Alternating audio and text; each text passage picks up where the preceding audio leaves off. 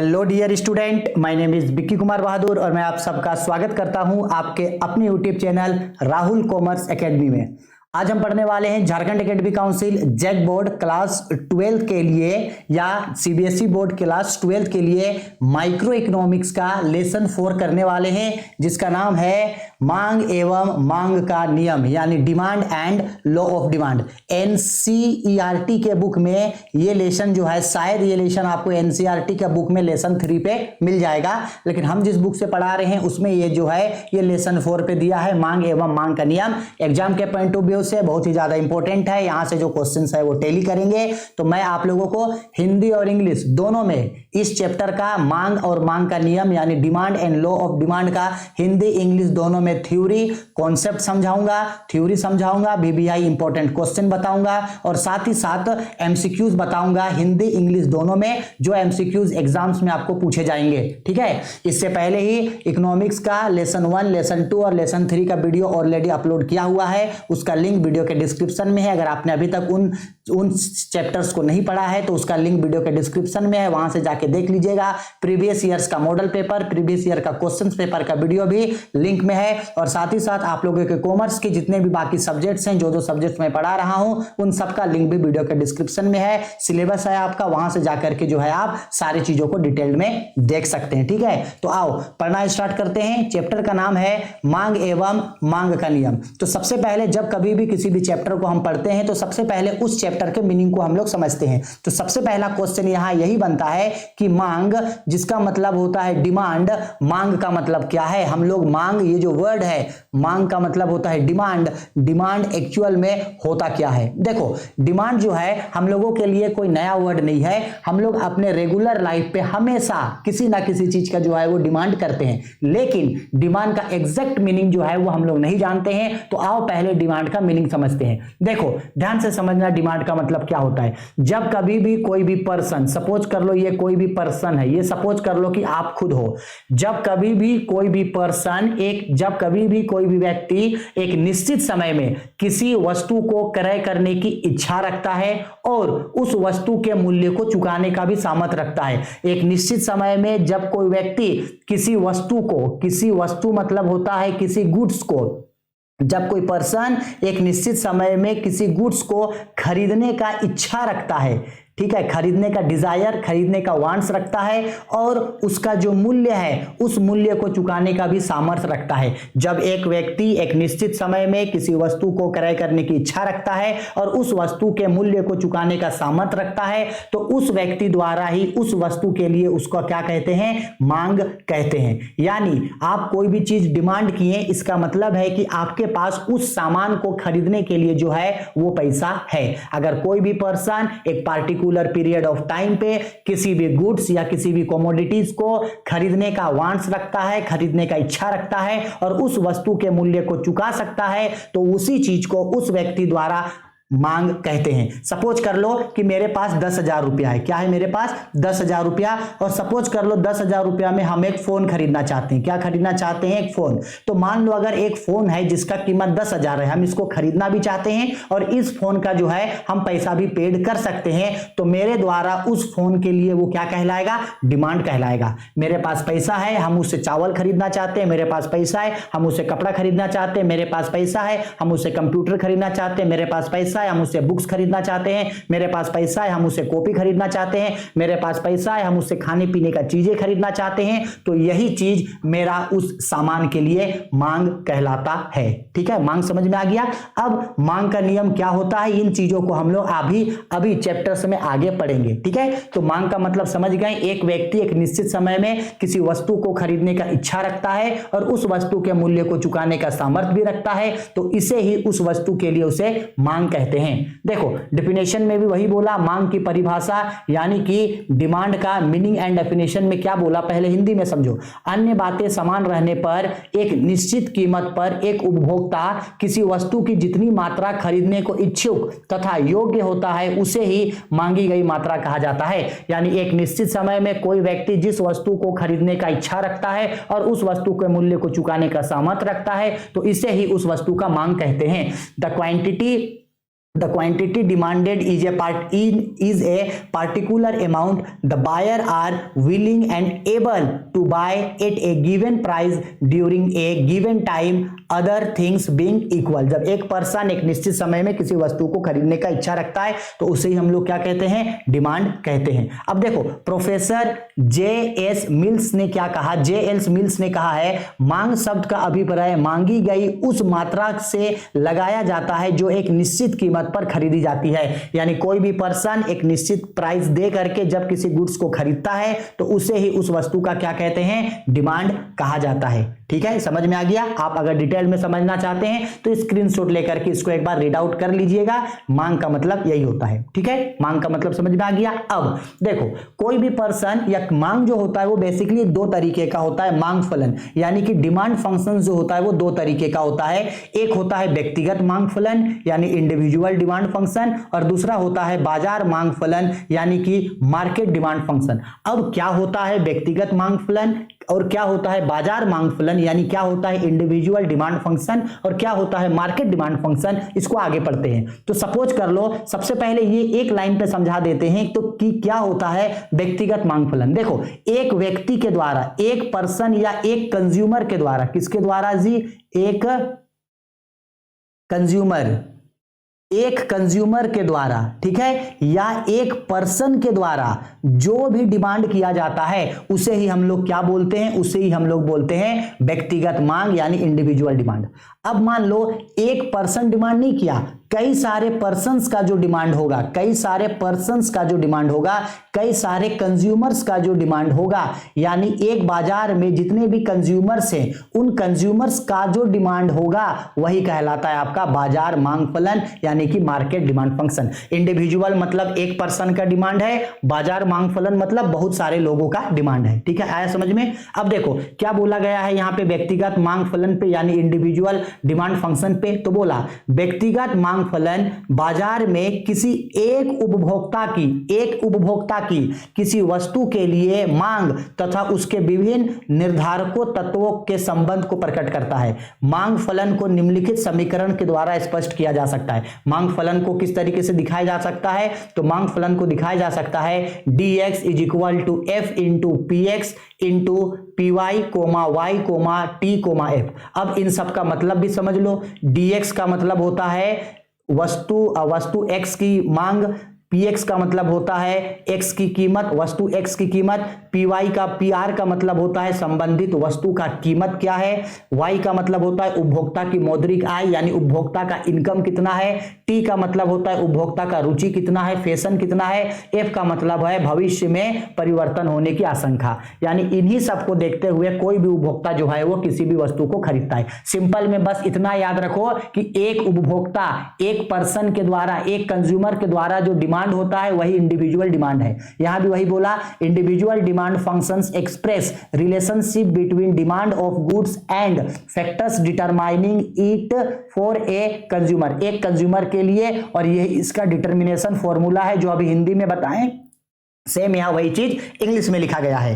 ठीक है, आ गया समझ में। अब आते हैं हम लोग बाजार मांग फलन में क्या होता है, मार्केट डिमांड फंक्शन। हम बताएं मार्केट डिमांड फंक्शन का मतलब होता है कि एक उपभोक्ता या एक पर्सन का डिमांड नहीं है, वो पूरे बाजार का डिमांड होता है। किसका डिमांड होता है, पूरे बाजार का डिमांड होता है। तो बोला गया बाजार मांग फलन से ज्ञात होता है कि किसी वस्तु की बाजार मांग अथवा वस्तु की कुल मांग निर्धारक तत्वों से किस प्रकार संबंधित है। दूसरे शब्दों में कहें तो किसी वस्तु की बाजार मांग तथा उसके विभिन्न निर्धारकों तत्वों के संबंध को व्यक्त किया जाता है। देखो मार्केट डिमांड में क्या होता है कि पूरे मार्केट का, किसी भी गुड्स का मार्केट में जो भी डिमांड होता है उसे ही उस गुड्स का मार्केट डिमांड कहा जाता है। अब मार्केट डिमांड निकालने का फॉर्मूला क्या होता है, तो dx यानी कि demand is equal to px minus py comma y comma t comma e comma p comma yd। ये जो है इसका ये फॉर्मूला होता है। और इन सब का px का मतलब क्या होता है, pr का मतलब क्या होता है, y t e p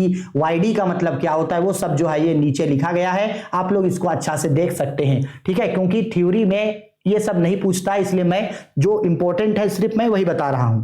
ठीक है, समझ में आ गया व्यक्तिगत मांग फलन और बाजार मांग फलन।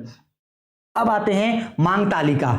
मांग तालिका के प्रकार, टाइप्स ऑफ डिमांड शेड्यूल। देखो मांग तरीका, मांग कोई भी गुड्स का जो डिमांड होता है, जैसे अभी व्यक्तिगत मांग और बाजार मांग था ना, तो उन सबको ग्राफ के तरीके से भी दिखाया जा सकता है, ग्राफ और टेबल पे। जब कभी भी किसी भी व्यक्तिगत मांग को जब किसी टेबल में दिखाते हैं तो वही व्यक्तिगत मांग तालिका होता है, तालिका मतलब टेबल। वैसे ही जब एक बाजार का मांग को टेबल में दिखाते हैं तो वही कहलाता है बाजार मांग तालिका। ठीक है, इंडिविजुअल डिमांड शेड्यूल मतलब कि टेबल में दिखाते हैं, मार्केट डिमांड शेड्यूल मतलब किसी एक मार्केट के डिमांड को टेबल में दिखाते हैं। अब आओ सबसे पहले हम लोग जानते हैं व्यक्तिगत मांग तालिका क्या होता है और बाजार मांग तालिका। तो देखो यहां पे व्यक्तिगत मांग तालिका और यहां पे आपका बाजार मांग तालिका को बताया गया है, अच्छा से समझना। देखो क्या बोला, व्यक्तिगत मांग तालिका का मतलब है कि एक व्यक्ति का मांग।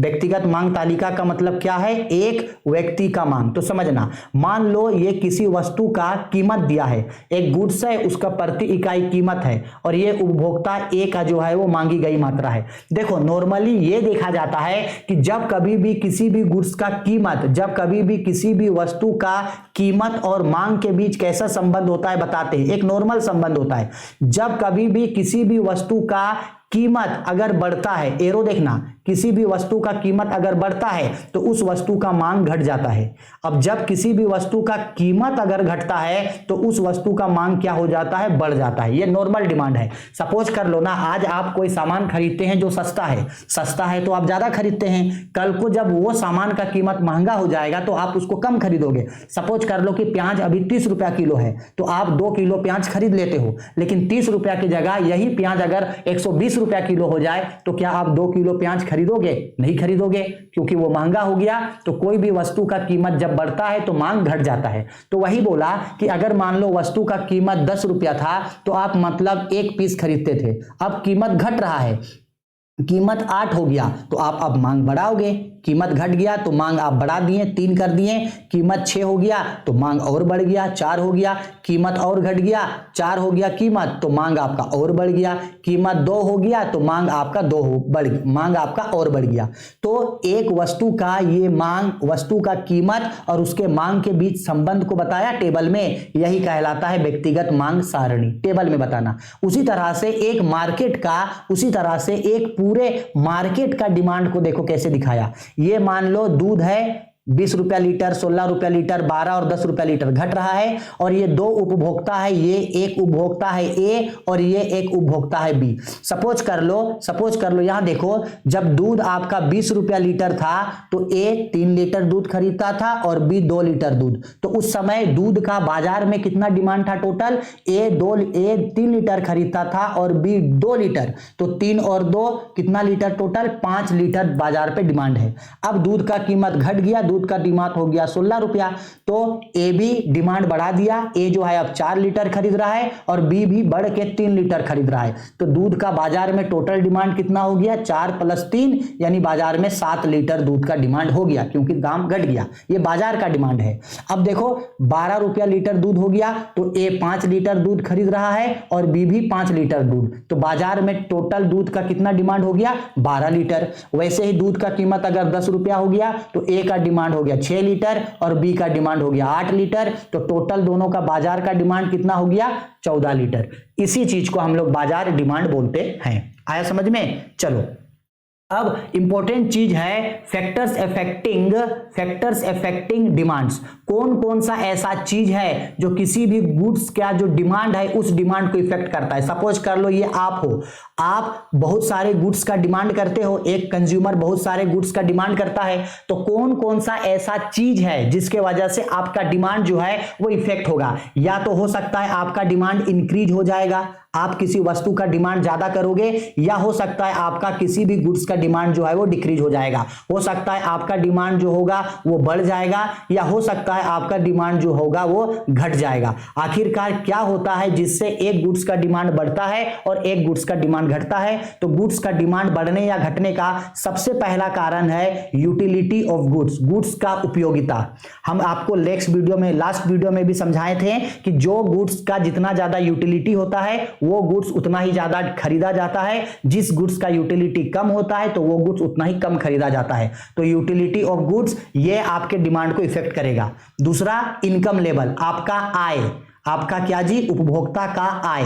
आपका इनकम अगर ज्यादा है तो डिमांड ज्यादा होगा, आपका इनकम अगर कम है तो डिमांड भी कम होगा। आय ज्यादा है तो मांग ज्यादा होगा, आय कम है तो डिमांड भी कम होगा। इसके बाद आगे आपका प्राइस ऑफ गुड्स, गुड्स का कीमत, यह भी आपके मांग को प्रभावित करेगा, क्योंकि कीमत ज्यादा होगा तो मांग कम होगा, कीमत कम होगा तो मांग भी बढ़ जाएगा। ठीक है, और क्या क्या चीज, आपका फैशन, आपका टेस्ट और आपका इंटरेस्ट ऑफ कंज्यूमर। आपका अगर किसी भी, देखो फैशन भी बहुत इफेक्ट करता है डिमांड को। मान लो अगर आपको किसी चीज का फैशन लगा, तो जब हम लोगों को कोई नया दौर चलता है तो उस चीज का हम लोग ज्यादा खरीदते हैं। ठीक है, किसी भी चीज का जब सीजन आता है, फैशन पे रहता है वो चीज, बहुत ज्यादा लोग उसको पसंद करते हैं, तो हम लोग भी जो है उन चीजों को खरीदते हैं, उन चीजों का डिमांड बढ़ जाता है। और जब वो फैशन खत्म हो जाता है तो उन चीजों का डिमांड जो है वो धीरे धीरे क्या हो जाता है, घट जाता है। ठीक है, और expected future change in price. अगर मान लो आपको ये लगता है कि फ्यूचर में आने वाले कुछ समय में किसी भी गुड्स का प्राइस घटने या बढ़ने वाला है, तो आप उस गुड्स को कम या ज्यादा खरीदते हो। सपोज कर लो अगर आपको ऐसा लगता है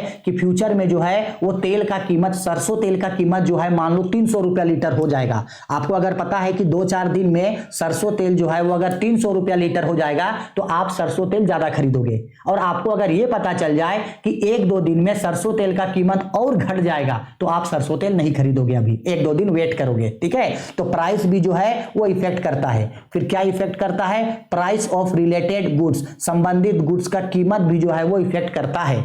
ठीक है, आया समझ में। अब आते हैं हम लोग कि सबसे इंपॉर्टेंट चीज कि डिमांड यानी मांग कितने तरीके का होता है। तो बेसिकली देख लो जी, मांग जो होता है वो बेसिकली 4 तरीके का होता है। सबसे पहले होता है कीमत मांग यानी प्राइस डिमांड, दूसरा होता है आय मांग यानी इनकम डिमांड। ये इनकम डिमांड में 2 डिमांड आता है, एक होता है आप लोगों का श्रेष्ठ या सामान्य वस्तुओं के लिए डिमांड यानी सुपीरियर और नॉर्मल गुड्स के लिए डिमांड, घटिया या निम्न वस्तुएं यानी इंफीरियर गुड्स जिसको गिफ्टिन वस्तुएं बोलते हैं, उसका डिमांड 2 हो गया।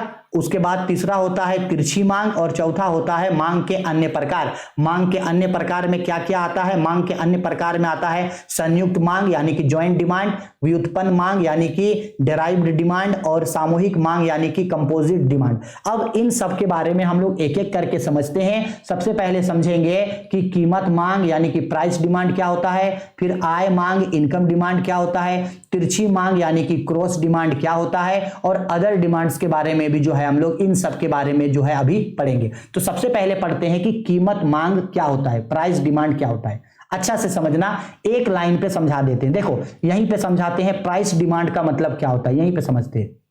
देखो अगर प्राइस डिमांड का मतलब समझो, क्वेश्चन में इसका आंसर छुपा है, प्राइस डिमांड। प्राइस डिमांड बोले तो क्या होता है जी, कीमत मांग, कीमत मांग।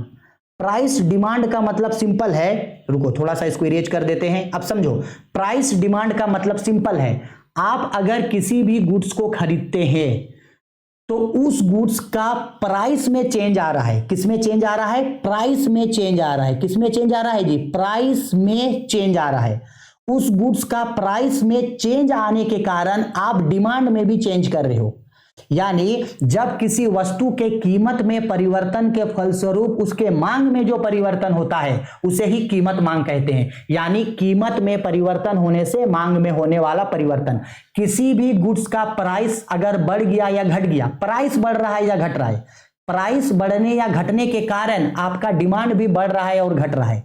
जब कभी भी किसी भी गुड्स का प्राइस घटता या बढ़ता है तो गुड्स का प्राइस घटने या बढ़ने के कारण आपका डिमांड में जो बदलाव आता है उसे ही कीमत मांग यानी कि प्राइस डिमांड कहते हैं। यानी प्राइस में चेंज होने के कारण डिमांड में चेंज हो गया। अब देखो नॉर्मली ये देखा जाता है कि जब कभी भी किसी भी गुड्स का प्राइस अगर बढ़ता है तो डिमांड घटता है, और जब किसी भी गुड्स का प्राइस घटता है तो डिमांड बढ़ता है। यानी if price of goods increase then demand will be decreases, and other hand when the price of goods will be decreases then demand will be increases. कीमत कम होगा तो मांग ज्यादा होगा, कीमत ज्यादा होगा तो मांग कम होगा, इसी को कीमत मांग कहते हैं। ठीक है, आओ, तो इसी चीज के बारे में, कीमत मांग के बारे में देखो यहां बोला, प्राइस डिमांड के बारे में यही बोला आपको। हम अभी जो चीज बताएं सेम वही चीज है। देखो यहां पे क्या बोला गया है, कीमत बढ़ जाने से उसकी मांग में कमी हो जाती है। अगर किसी वस्तु का कीमत बढ़ गया तो उससे उसका मांग में जो कमी आता है उसे ही कीमत मांग कहते हैं। अब देखो इस चीज को यहां पे ग्राफ तरीके से प्रेजेंट किया गया है। देखो सिंपल सा बात है, ये ओ एक्सिस है, यहां पे एक्स अक्ष है और यहां पे वाई अक्ष है। अब देखो वाई पे यहां पे किसी गुड्स के प्राइस को दिखाया गया है और यहां आपका डिमांड को दिखाया गया है। देखो अब मान लो जब प्राइस पी था, प्राइस क्या था, पी था, प्राइस पी था, तो आपका डिमांड क्या था, क्यू था। अब प्राइस देखो घट गया, एरो देखो एरो, प्राइस आपका घट गया, प्राइस घट के P1 हो गया, प्राइस घट गया तो आपका डिमांड देखो बढ़ गया, डिमांड क्या हो गया, बढ़ गया। तो जब किसी गुड्स का प्राइस घटता है तो डिमांड बढ़ता है, और इसी का उल्टा जब किसी गुड्स का प्राइस बढ़ता तो डिमांड क्या होता, घट जाता। इसी चीज को कीमत मांग कहा जाता है। इसी चीज को यहां पे इंग्लिश में भी बताया गया है। ठीक है, आया समझ में। देखो प्राइस है, ये प्राइस है, प्राइस P से घट के P1 हो गया। जब प्राइस घट गया तो डिमांड क्या हो गया, बढ़ गया। और जब जब प्राइस बढ़ता तो डिमांड क्या हो जाता, घट जाता। सपोज कर लो प्राइस बढ़ के यहां आ गया, प्राइस यहां हो गया तो डिमांड भी जो है वो घट के यहां पे नीचे आ जाता, यहां नीचे आ जाता। ठीक है, प्राइस बढ़ गया तो डिमांड क्या हो जाता, इधर घट जाता। ठीक है, इसे ही कहते हैं कीमत मांग। ठीक है, अब आते हैं आय मांग। कीमत मांग के बाद आय मांग। देखो आय मांग का मतलब demand, income demand. Income demand भी सिंपल है, जब किसी भी पर्सन के इनकम में चेंज आता है। अब इनकम में चेंज होने के कारण उसके डिमांड में जो चेंज आता है, किसी भी पर्सन के इनकम में चेंज होने के कारण उसके डिमांड में जो चेंज आता है, इसे ही इनकम डिमांड यानी कि आय मांग कहते हैं। अब सिंपल है, सिंपल लॉजिक यही लगाया जाता है, समझना कि किसी भी पर्सन का इनकम और डिमांड में किस तरीके का रिलेशन होता है समझना। जब कभी भी किसी भी पर्सन का इनकम अगर बढ़ता है तो उसका डिमांड भी बढ़ जाता है, और जब किसी भी पर्सन का इनकम अगर घटता है तो उसका डिमांड भी घट जाता है। सिंपल बात है, आप अगर ज्यादा पैसा कमाओगे तो आपका डिमांड भी ज्यादा होगा, और जब आपके पास पैसा ही कम होगा तो डिमांड भी आपका कम होगा। इनकम और डिमांड में है वो पॉजिटिव रिलेशन होता है। किसी भी पर्सन का इनकम ज्यादा होगा तो डिमांड ज्यादा होगा, इनकम कम होगा तो डिमांड कम होगा। इसी चीज को देखो यहां पे ग्राफ से बताया है, सेम चीज है, यहां पे बताया गया है इनकम और यहां पे बताया है डिमांड। इनकम मान लो जब y था तो डिमांड क्या था, q था। अब देखो इनकम बढ़ गया, ऊपर चला गया इनकम बढ़ गया y1 तो डिमांड भी जो है वो बढ़ गया। इनकम बढ़ गया तो डिमांड भी देखो यहां बढ़ गया। वैसे ही इनकम अगर और बढ़ता तो डिमांड यहां और बढ़ता, इनकम और बढ़ता तो डिमांड यहां और बढ़ता, इनकम घटता तो डिमांड यहां घटता, इनकम घटता तो डिमांड यहां घटता। इसी चीज को बोलते हैं हम लोग इनकम डिमांड। ठीक है, आ गया समझ में। ठीक है, इनकम डिमांड मतलब इनकम के कारण डिमांड में बदलाव होना। प्राइस डिमांड मतलब प्राइस के कारण डिमांड में चेंज आना। अब आते हैं आपका मांग के अन्य प्रकार। अच्छा एक चीज और छूट गया, यहां पे एक और चीज था ना जी, ये आपका तिरछी मांग। रुको इसे थोड़ा इरेज करते हैं। ये तिरछी मांग, ये चीज गलती से छूट गया। ये तिरछी मांग। क्रॉस डिमांड का मतलब क्या होता है, क्रॉस डिमांड का मतलब समझो, अगर दो तरीके का गुड्स आप खरीदते हैं, दो तरीके का गुड्स आप खरीदते हैं, सपोज एक गुड्स का नाम रख दिए एक्स और दूसरा गुड्स का नाम रख दिए वाई, तो देखो एक्स गुड्स का प्राइस में चेंजेस आ रहा है, एक गुड्स है एक्स, इस एक्स गुड्स का प्राइस में चेंज आ रहा है, और इसका प्राइस में चेंज आने के कारण आप दूसरे गुड्स के डिमांड में चेंज कर रहे हो। दूसरे गुड्स के किस में चेंज कर रहे हो, डिमांड में चेंज कर रहे हो। तो बताओ वाई का तो भाई कोई चेंज नहीं आया था, चेंज कहां पे हुआ था, एक्स का प्राइस में, लेकिन उसके कारण आप वाई का डिमांड में चेंज कर दिए। तो इसी को कहा जाता है तिरछी मांग यानी क्रॉस डिमांड। जब एक्स वस्तु के कीमत में परिवर्तन के फलस्वरूप वाई वस्तु के मांग में जो परिवर्तन होता है उसे ही तिरछी मांग कहा जाता है। When change in the price of X goods but change in the demand of Y goods, then it will be called cross demand. ठीक है, आ गया समझ में, क्रॉस डिमांड। अब आते हैं अन्य प्रकार के मांग यानी कि संयुक्त मांग, व्युत्पन्न मांग और सामूहिक मांग। तो आओ एक एक करके इसको समझते हैं। तो देखो सबसे पहले यहां पे बोला गया है संयुक्त मांग क्या होता है। तो बोला यह मांग पूरक मांग का ही एक रूप है। जब एक ही उद्देश्य की पूर्ति के लिए एक ही समय पर एक से अधिक वस्तुओं की मांग एक साथ की जाती है तब ऐसे मांग को संयुक्त मांग कहते हैं। यानी संयुक्त मांग का मतलब आप एक ही समय में एक से अधिक गुड्स का जब डिमांड करते हो, एक ही काम के लिए, एक ही काम है आपको लेकिन उस काम के लिए एक से अधिक गुड्स आपको चाहिए, तो उस डिमांड को बोलते हैं हम लोग संयुक्त मांग, ज्वाइंट डिमांड। जैसे देखो आप अगर जाकर के कभी जूता खरीदते हो तो आप सिर्फ जूता नहीं खरीदते हो, जूता के साथ साथ उसका मोजा भी आप खरीदोगे। समझ में आ रहा है? आपको क्रिकेट खेलना है और क्रिकेट खेलने के लिए आप बैट खरीदे तो सिर्फ आप बैट नहीं खरीदते हो, बैट के साथ साथ आप उसका बॉल भी खरीदते हो। आप जाकर के एक स्कूटर, एक बाइक खरीदे तो बाइक तो खरीदे लेकिन बाइक के साथ साथ आप उसका पेट्रोल भी खरीदोगे। तो ऐसे डिमांड को बोलते हैं ज्वाइंट डिमांड। आप एक वस्तु का डिमांड किए लेकिन उसके लिए आपको दूसरा सामान भी जो है वो खरीदना होगा, तो ऐसे डिमांड को हम लोग बोलते हैं ज्वाइंट डिमांड। समझ में आया?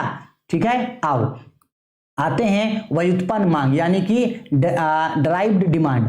जब एक ही वस्तु की मांग से दूसरे वस्तु की मांग स्वतः उत्पन्न हो जाती है तो इस प्रकार की मांग को व्युत्पन्न मांग कहते हैं। जैसे आप एक वस्तु का मांग किए लेकिन उस वस्तु का मांग करने की वजह से दूसरी वस्तु का मांग जो है वो अपने आप हो गया। आप मांगे नहीं, एक वस्तु का डिमांड किए लेकिन एक वस्तु का डिमांड के कारण जो है वो दूसरे वस्तु का डिमांड अपने आप हो गया, तो इसी को बोला जाता है व्युत्पन्न मांग। जैसे कपड़ों की मांग बढ़ने पर कपड़ों के उत्पादन में प्रयोग होने वाले उत्पत्ति के साधनों की मांग में वृद्धि हो जाती है। जैसे अगर मान लो कपड़ा का रेट बढ़ गया, अगर कपड़ा का रेट महंगा हो गया तो जो भी चीज कपड़ा का मटेरियल्स है उसका दाम बढ़ जाएगा। जैसे बच्चा लोग ये समझो, सपोज कर लो कि समोसा, ये समोसा है, सपोज कर लो समोसा है, समोसा का कीमत मान लो अभी अगर 8 रुपया पीस हो गया, तो 8 रुपया पीस अगर समोसा हो गया तो समोसा जिस चीज से बना है, जो मटेरियल है, मैदा है या जो तेल है, उसका भी जो प्राइस है वो अपने आप बढ़ जाएगा। ऐसे डिमांड को हम लोग बोलते हैं व्युत्पन्न मांग। आया समझ में? ठीक है, चलो अब आते हैं आगे संयुक्त मांग यानी कि सामूहिक मांग जिसको बोलते हैं कंपोजिट डिमांड। क्या होता है? बोला गया है जब एक वस्तु दो या दो से अधिक उपयोगों में मांग की जाती है तब ऐसे वस्तु की मांग को ही सामूहिक मांग कहते हैं। आप कोई ऐसा गुड्स खरीद रहे हो जिस गुड्स से आप एक या एक से अधिक चीजों में उसको यूज करोगे तो ऐसे डिमांड को बोला जाता है कंपोजिट डिमांड। जैसा कि मान लो आप कोयला खरीदे, क्या खरीदे आप? कोयला। तो कोयला का यूज आप काफी सारे चीजों के लिए कर सकते हो। आप बिजली, इलेक्ट्रिसिटी का यूज काफी सारे चीज में कर सकते हो। दूध खरीदे, दूध का यूज आप बहुत सारे चीजों के लिए कर सकते हैं। दूध से चाय बना सकते हैं, दूध से पनीर बना सकते हैं, दूध से बटर बना सकते हैं, दूध से दही बना सकते हैं, दूध से रसमलाई बना सकते हैं, कई सारे चीज जो है वो दूध से बना सकते हैं। तो ऐसे डिमांड को बोलते हैं सामूहिक मांग। ठीक है, आया समझ में? तो पूरा का पूरा है जो हम लोग मांग के बारे में जो है वो एक एक करके हम लोग पढ़ लिए। अब सबसे इंपॉर्टेंट चीज हम लोग को पढ़ना है मांग का नियम के बारे में, लॉ ऑफ डिमांड के बारे में। बच्चा एक बात अच्छा से समझ लो, लॉ ऑफ डिमांड क्या होता है, मांग का नियम क्या होता है, अच्छा से समझ लो। मांग का नियम ये बताता है कि जब अन्य बातें समान रहेगी, यानी मांग का नियम ये बताता है कि जब किसी वस्तु के कीमत बढ़ती है तो उसकी मांग घटती है और जब किसी वस्तु की कीमत घटती है तो उसका मांग बढ़ता है। इसी चीज को हम लोग मांग का नियम कहते हैं। मांग का नियम किसी वस्तु का कीमत और उसके मांग के मात्रा के बीच गुणात्मक संबंध को बताता है। कैसा संबंध को? गुणात्मक संबंध। बहुत इंपॉर्टेंट चीज है ये, गुणात्मक संबंध को बताता है। इस चीज को याद रखना, गुणात्मक संबंध को बताता है यानी कि क्वांटिटेटिव रिलेशनशिप को बताता है। किसके बीच का रिलेशन? किसी भी गुड्स का प्राइस और उस गुड्स के क्वांटिटी ऑफ डिमांड, यानी किसी वस्तु का मूल्य और उसके मांग के मात्रा के बीच गुणात्मक संबंध को बताता है। जब किसी वस्तु का कीमत बढ़ता है तो मांग घटता है और जब किसी वस्तु का कीमत घटता है तो मांग बढ़ता है। इसी चीज को हम लोग मांग का नियम, द लॉ ऑफ डिमांड कहते हैं। आया समझ में? वही चीज है, हिंदी इंग्लिश दोनों साइड लिखा गया है, आपको अगर डिटेल में पढ़ना है तो पढ़ लेना, मीनिंग निकल के वही आएगा। मांग का नियम ऐसा नियम है जो ये बताता है कि अन्य सारी बातें जब समान होती है तो जब किसी वस्तु का कीमत बढ़ता है तो मांग घटता है, जब कीमत घटता है तो मांग बढ़ता है। मांग का नियम किसी वस्तु का मूल्य और उसके मांग के मात्रा के बीच गुणात्मक संबंध, क्वांटिटिव रिलेशनशिप को दिखाता है। अब यहां एक वर्ड यूज किया हुआ है, अन्य बातें समान रहने पर, अदर थिंग्स बीइंग इक्वल। ये वर्ड आपको कई बार सुनने को मिलेगा, अन्य बातें समान रहने पर। अब अन्य बातें मतलब क्या, कौन कौन सा बात है जो समान रहना चाहिए, अन्य बातें में क्या समान रहना चाहिए? तो देखो, अन्य बातें समान रहने, इसका मतलब है मांग का नियम तभी लागू होगा जब कौन कौन सा चीज समान रहेगा।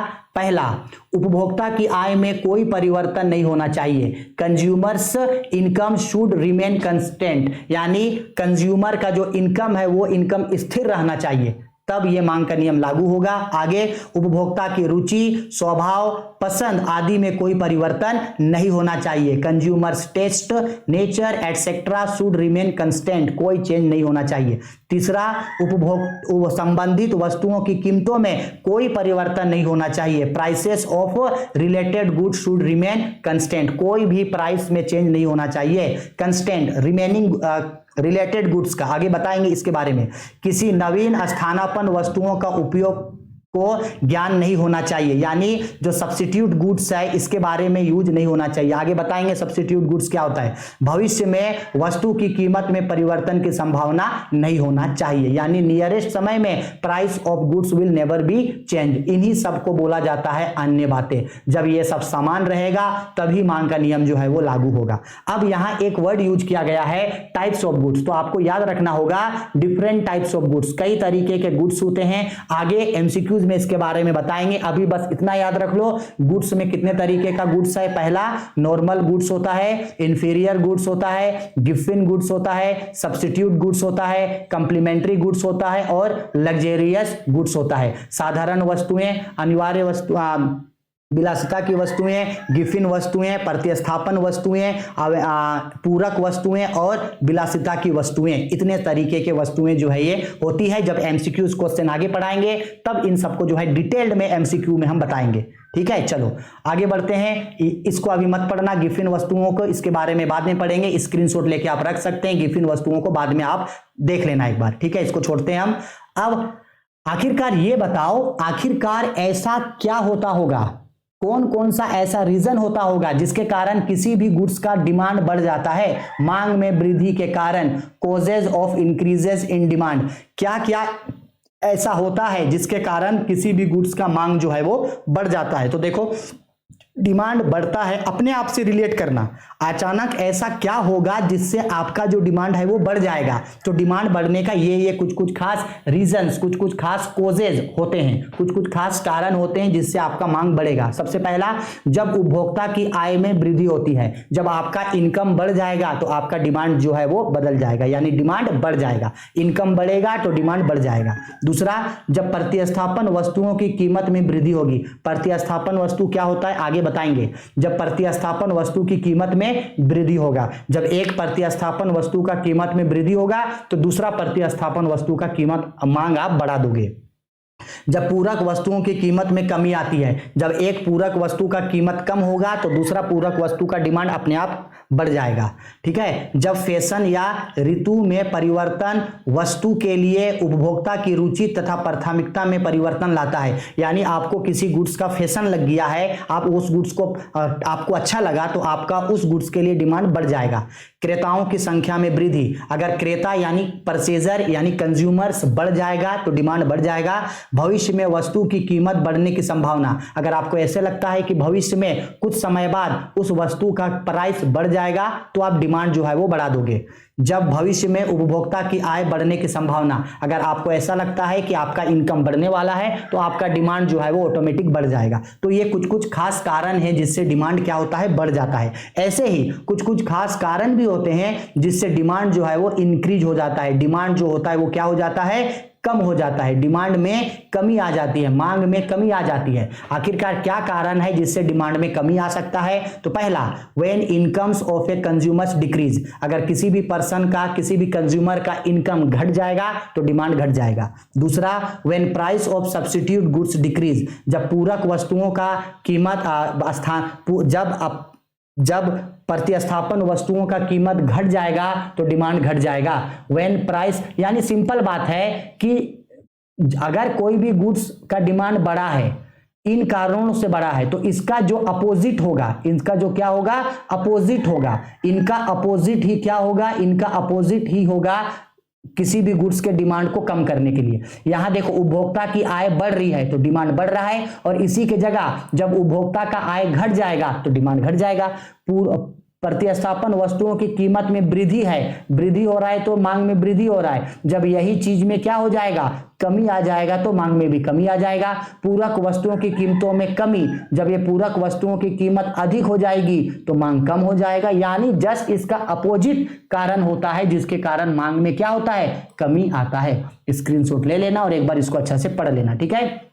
अब दो इंपॉर्टेंट चीज है, इसके बाद एमसीक्यू स्टार्ट होगा। सबसे पहला चीज जो है, ये दो चीज आपको याद रखना है, मांग के विस्तार एवं मांग के वृद्धि में क्या अंतर होता है। विस्तार यानी मांग का विस्तार होना और मांग में वृद्धि होना, इन दोनों का मतलब क्या है। Distension between extension of demand and increase of demand, extension of demand और इंक्रीज इन डिमांड, इन दोनों में अंतर क्या है। तो देखो, मांग में विस्तार का मतलब होता है या एक ऐसी दशा है जिसमें अन्य बातों के समान रहने पर केवल कीमत में कमी के कारण मांग बढ़ जाती है। यानी कि सिर्फ कीमत में कमी आया और उसके कारण मांग जो है वो बढ़ गया, और इसका कारण क्या है, या एक ऐसी दशा होती है जिसमें कीमत के अलावे अन्य घटकों के कारण मांग में वृद्धि होती है। यहां तो कीमत बदलेगा, कीमत के साथ साथ और सारे चीज भी रहेगा जिसकी वजह से जो है मांग में वृद्धि होता है, ठीक है। इतना याद रखना, एमसीक्यूज में इसको और डिटेल में जो है हम इसको समझाएंगे। स्क्रीनशॉट लेके रखना, एमसीक्यूज में और डिटेल में समझाएंगे। मांग में विस्तार और मांग में वृद्धि हो गया।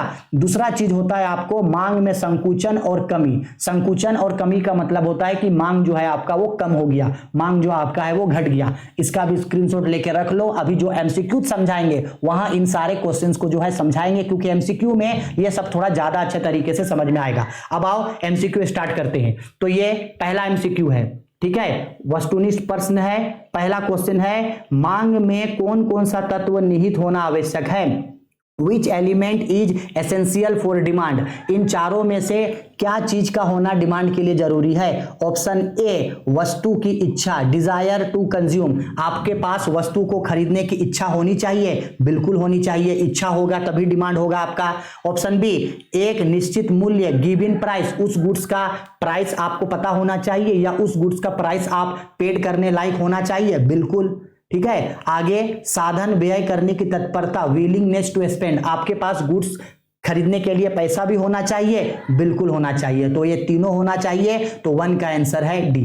क्वेश्चन नंबर 2, मांग वक्र का सामान्यता ढाल होता है। Demand curves generally slopes, demand curve जो है वो जर्नली कैसे स्लोप होता है, यानी मांग वक्र का ढाल किधर से किधर आता है। तो आपको याद रखना है, मांग वक्र का ढाल जो है वो बाएं से दाएं, बाएं से दाएं नीचे की ओर आता है, यानी ऑप्शन नंबर, इसका राइट आंसर है ऑप्शन नंबर बी, ठीक है। बाएं से दाएं नीचे की ओर आता है। जैसे देखो, यहां आप एक डिमांड कर्व आपको बताते हैं। डिमांड कर्व जो है वो इस तरीके से बनता है, इस तरीके से बनता है, ऊपर से नीचे की ओर आता है। ऊपर से किधर आता है, नीचे की ओर, बाएं से दाएं, यानी कि लेफ्ट से किस ओर आता है, राइट ओर आता है, ऊपर से नीचे, बाएं से दाएं की ओर आता है। याद रखना इसको, ठीक है। क्वेश्चन नंबर 3 बोला गया है, किस प्रकार की वस्तुओं के मूल्य में कमी होने से मांग में वृद्धि नहीं होती। In which goods price falls down price falls does not make any increase in demand. किस प्रकार के वस्तुओं के मूल्य में कमी होने से उसके मांग में कोई भी कमी नहीं होता। नॉर्मली ये देखा जाता है ना कि जब किसी वस्तु का कीमत कम हो जाता है तो उसका डिमांड बढ़ जाता है, लेकिन कुछ ऐसे भी वस्तुएं हैं जिसका मूल्य कितना भी कम हो जाए उसका डिमांड जो है, उसका डिमांड बिल्कुल नहीं बदलता। तो ऐसे वस्तुओं को क्या कहते हैं, ऐसे वस्तुओं को कहते हैं अनिवार्य वस्तुएं, नेसेसरी गुड्स। अनिवार्य वस्तुएं ऐसे वस्तुएं होती है जिसका मूल्य बढ़े या घटे आपका डिमांड जो है वो कांस्टेंट रहता है, इसमें कोई भी चेंजेस जो है वो नहीं आता। इसे ही कहते हैं हम लोग अनिवार्य वस्तुएं। ठीक है, आया समझ में।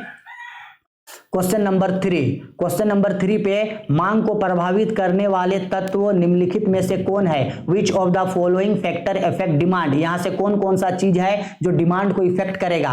पहला, गुड्स का प्राइस डिमांड को इफेक्ट करेगा या नहीं करेगा? बिल्कुल करेगा।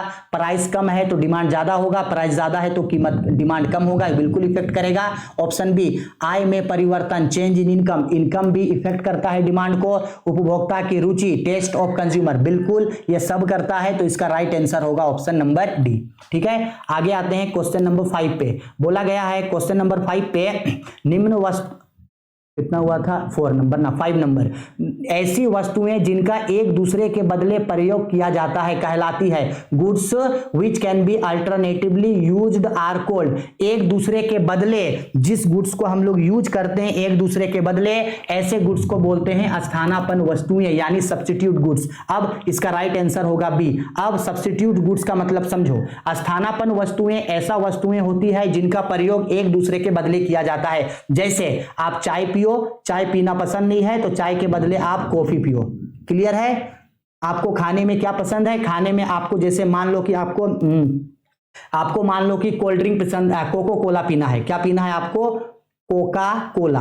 अब अगर आप कोका कोला नहीं पीना चाहते हैं तो कोका कोला का जगह क्या पी लो? माजा पी लो। ऑप्शन है ना आपके पास, चाय पियो, चाय नहीं पसंद है, कॉफी पियो, कोका कोला पियो, कोका कोला नहीं पसंद है, माजा पियो। तो ऐसे गुड्स को ही हम लोग बोलते हैं सब्स्टिट्यूट गुड्स। ठीक है, और ये एक दूसरे के बदले प्रयोग में लाया जाता है। 6 नंबर, मांग का नियम क्या है? Law of demand. अभी हम बताए थे मांग का डिमांड जो है वो किस तरीके का स्टेटमेंट है? ये क्वांटिटिव स्टेटमेंट है, ये गुणात्मक। ये मात्रात्मक, यहाँ पे गलती से ये इंग्लिश लिख दिया है गलत, इसका मतलब कुछ और होगा। इसका राइट आंसर होगा ऑप्शन बी, क्वांटिटिव स्टेटमेंट है। मांग का नियम एक क्वांटिटिव स्टेटमेंट है, यानी जब कीमत बढ़ती है तो मांग घटती है और जब कीमत घटती है तो मांग बढ़ती है। गुणात्मक कथन है ये।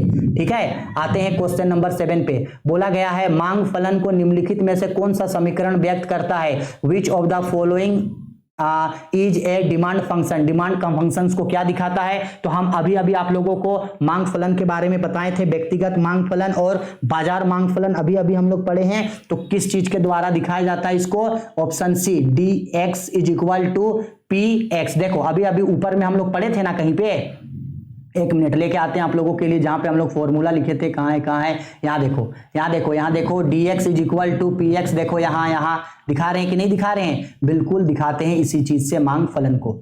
ठीक है, आया समझ में? चलो आगे बढ़ते हैं। क्वेश्चन नंबर 7 हो गया, तो 7 का आंसर होगा आपका सी नंबर। अब आते हैं 8 नंबर। 8 पे बोला गया है जब एक्स वस्तु की कीमत का परिवर्तन वाई वस्तु के मांग को प्रभावित करता है तब यह मांग कहलाता है। When change in the price of X goods X affecting the demand of goods Y is demand is called. देखो आपके पास दो वस्तु है एक्स और वाई, अभी अभी बताए थे। जब एक्स वस्तु के कीमत में परिवर्तन आ गया, इसके कीमत में परिवर्तन आ गया, इसके कीमत में परिवर्तन के कारण आप वस्तु वाई का मांग में परिवर्तन कर रहे हो, तो ऐसे मांग को बोला जाता है तिरछी मांग। क्या बोला जाता है? तिरछी मांग। तो इसका राइट आंसर होगा ऑप्शन सी, क्रॉस डिमांड। ठीक है, 9 नंबर, सामान्य वस्तुओं के लिए मांग का नियम वस्तु की कीमत एवं वस्तु के मांग के बीच व्यक्त करता है। The formal goods law of demand state that ... relationship between price and quantity of goods. अगर कोई भी साधारण वस्तु है तो साधारण वस्तुओं के बीच मांग का नियम कैसा संबंध दिखाता है? विपरीत संबंध दिखाता है। कैसा संबंध दिखाता है? विपरीत संबंध दिखाता है। कैसा संबंध दिखाता है जी?